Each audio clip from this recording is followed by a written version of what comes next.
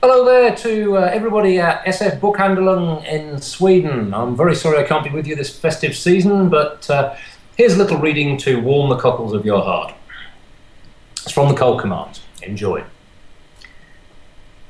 He's forgotten the firelight flicker on the sky. Now, as if freshly unveiled, it shows up as a solid glow along the path to his right. He'd swear it was not that close before. Or maybe the sky, for cycles and reasons of weather he cannot begin to fathom, is actually darkening now towards some kind of night. He walks an increasingly defined road, paving broad enough for a farmer's cart, and he can see the ancient runnels where generations of such traffic have worn their mark. His boot heels tox solidly.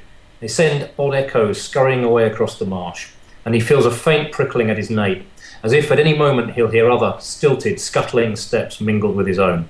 The creature at the crossroads rushing to catch up, to rise behind him, mouthparts splitting apart, talons unfolding once more, suddenly unforgiving of Ringle's prior discourtesy and dragon knife nerves. Instead, the broad path takes him in amidst the ruins of a city.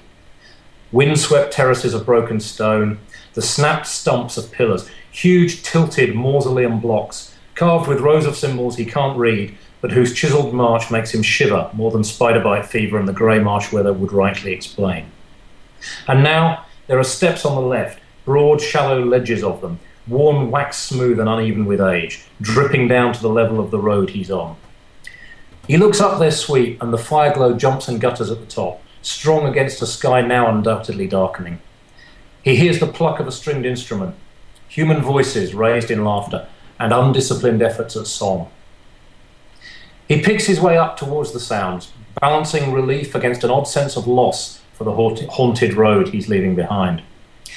And when he reaches the top, stands on a plateau of cracked white stone paving that looks as if it might once have been the floor of some columned temple or market space, when he sees the wagons gathered in the centre, the cheery reach of the bonfire, and the motley-clad men and women gathered around it, he finds himself unaccountably pinned in the shadows at the edge of the plaza, not quite able to move forward.